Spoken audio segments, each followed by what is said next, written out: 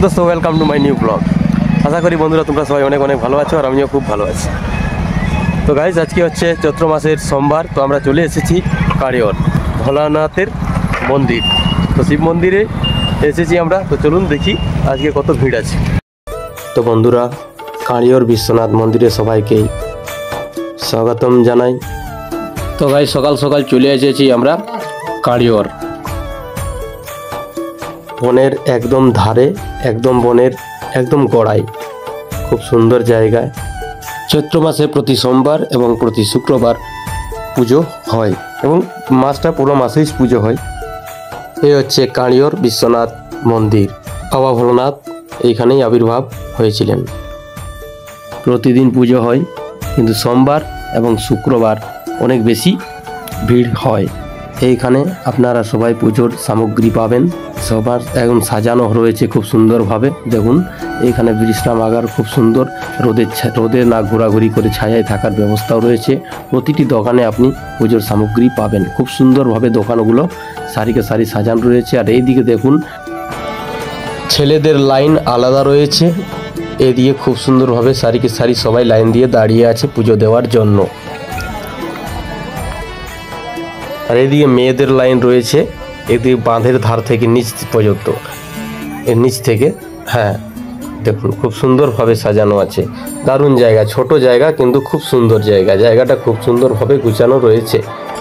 এই দেখুন ভিতরে ভিতরে এতটাই ভিড় আর বলুন না, দারুণ ভিড়, বিরাট বিরাট ভিড়, বিশাল ভিড় ভিতরে একদম। আর এই হচ্ছে বাইরে সবাই ফটো শ্যুট করছে। এখন তো এটা একটা মডেল হয়ে গেছে যে যেখানে যাব সেলফি ফটো করার জন্য একটা এরকম একটা ব্যাপার রয়েছে।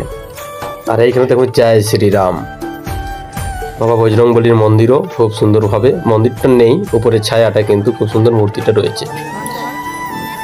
একদম দোকানগুলো কত সুন্দর ধারে ধারে সাজানো রয়েছে। এখানে পূজা করতে আসলে কোনো পূজা সামগ্রী নিয়ে আসার দরকার নেই, এখানে সমস্ত কিছু পাবেন।